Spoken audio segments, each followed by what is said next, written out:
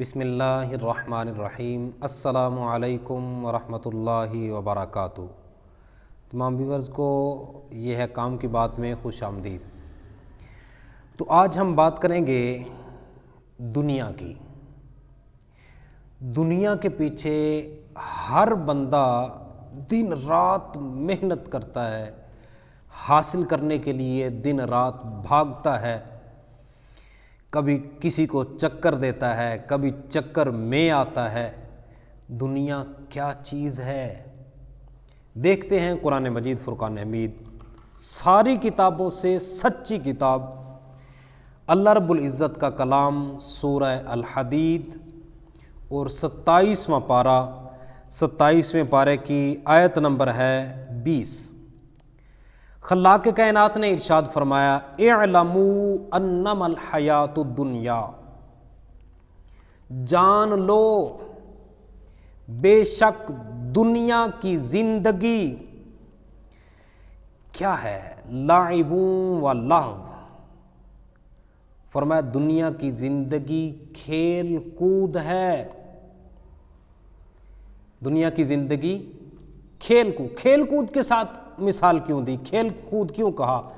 اس لیے کہ کوئی بھی بندہ کھیل کے میدان میں جا کے ہمیشہ نہیں رہتا، تھوڑی دیر کے لیے جاتا ہے، یا جیتتا ہے یا ہارتا ہے، پھر واپس آ جاتا ہے۔ تو ایسے ہی ہم اس دنیا میں، دنیا کے کھیل کے گراؤنڈ میں ہم ہیں۔ کوئی لوگ کامیاب ہوں گے، کوئی ناکام ہوں گے، کوئی جیتیں گے، کوئی ہاریں گے، لیکن جیتیں گے کون اور ہاریں گے کون، اس پہ غور کرتے ہیں۔ اللہ رب العزت نے ارشاد فرمایا، وَزِینَةٌ وَتَفَاخُرٌ بَیْنَکُمْ وَتَکَاثُرٌ فِی الْأَمْوَالِ وَالْأَوْلَادِ۔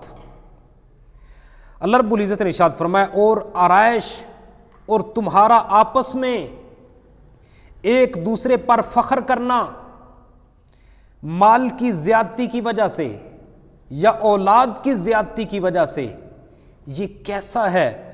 فرمایا اس کی مثال دی، فرمایا کمثل غیث اعجب الکفار نباتہ ثم یہیج فتراہ مصفرا ثم یکون حطاما۔ فرمایا یہ ایسے ہی ہے جس طرح بارش ہو اور کسان پھر اپنی فصل کو دیکھے، بارش کی وجہ سے وہ ہری بھری ہے، وہ فصل اتنی خوبصورت ہے کہ کسان دیکھ کے بڑا خوش ہوتا ہے، یار کتنی پیاری فصل لگ رہی ہے۔ فرمایا پھر دیکھتے ہی دیکھتے چند دن میں وہ مصفرن زرد پڑ جاتی ہے، زرد ہو جاتی ہے۔ پہلے جو اس کا حسن تھا اب وہ حسن ختم ہو گیا، زرد ہو گئی۔ پھر فرمایا ثم یکون حطاما، زردی کے بعد پھر خشک گھاس کی طرح ہو گئی ہے۔ اور انسان کے پاس مال و دولت، اولاد کی کثرت، مال کی کثرت، یہ اس فصل کی طرح ہے جو چند دن ہری رہے گی، اس کے بعد خشک ہو جائے گی۔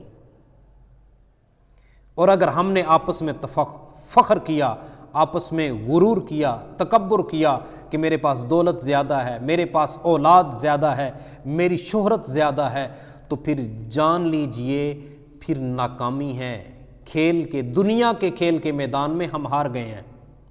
اگر دولت ملی، شہرت ملی، اولاد ملی، اس دولت کو اللہ رب العزت کے حکم کے مطابق خرچ کیا، غریبوں کا حق نکالا، غرور نہ کیا، تکبر نہ کیا، اولاد ملی اس کی اچھی تربیت کی، جھگڑالو نہیں بنایا، تو پھر آپ دنیا کے میدان میں کامیاب ہیں۔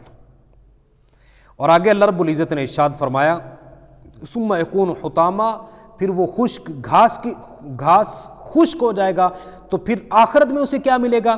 وفی الآخرۃ عذاب شدید، اور آخرت میں دردناک عذاب ہے ان لوگوں کے لیے جو تکبر کرتے ہیں، جو اپنی دولت پر اتراتے ہیں۔ اور کئی مرتبہ تو سنا گیا ہے، کہتے ہیں تمہاری اوقات کیا ہے، ہمارے پاس تو اتنی دولت ہے، تمہارے پاس کیا ہے، تم مزدور ہو، تانے دیے جاتے ہیں۔ اتنا تکبر اور اکڑ اکڑ کے چلنا۔ قرآن مجید فرقان حمید سورہ بنی اسرائیل 15ویں پارے میں اللہ رب العزت نے ارشاد فرمایا وَلَا تَمْشِ فِي الْأَرْضِ مَرَحًا إِنَّكَ لَن تَخْرِقَ الْأَرْضَ وَلَن تَبْلُغَ الْجِبَالَ طُولًا، فرمایا زمین پر اکڑ کر نہ چلو، اگر تم اکڑ کے چلو گے تو کیا زمین کو پھاڑ دو گے یا بلندیوں میں پہاڑوں جتنے ہو جاؤ گے، دونوں کام نہیں ہو سکتے، تو پھر تکبر چھوڑ دو۔ اور اللہ رب العزت نے اسی سورہ حدید میں ارشاد فرمایا، آخری بات فرمایا وَاللَّهُ لَا يُحِبُّ كُلَّ مُخْتَالٍ فَخُورٍ، اللہ تبارک و تعالی ہر شوخی مارنے والے کو پسند نہیں فرماتا، اور جس کو رب پسند نہیں کرتا وہ بندہ کامیاب کیسے ہوگا؟ اس واسطے تمام دوستوں کو دعوت فکر دیتا ہوں، اگر خلاق کائنات نے دنیا کی دولت سے نوازا ہے یا اولاد جیسی نعمت عطا فرمائی ہے تو اس سے گمراہ نہ ہونا بلکہ ہدایت حاصل کرنا۔ اگر دولت ملی ہے تو حضرت عثمان غنی رضی اللہ تعالی عنہ کی طرح خرچ کرنا۔ اللہ رب العزت ہم سب کا حامی و ناصر ہو۔ وآخر دعوانا ان الحمد للہ رب العالمین۔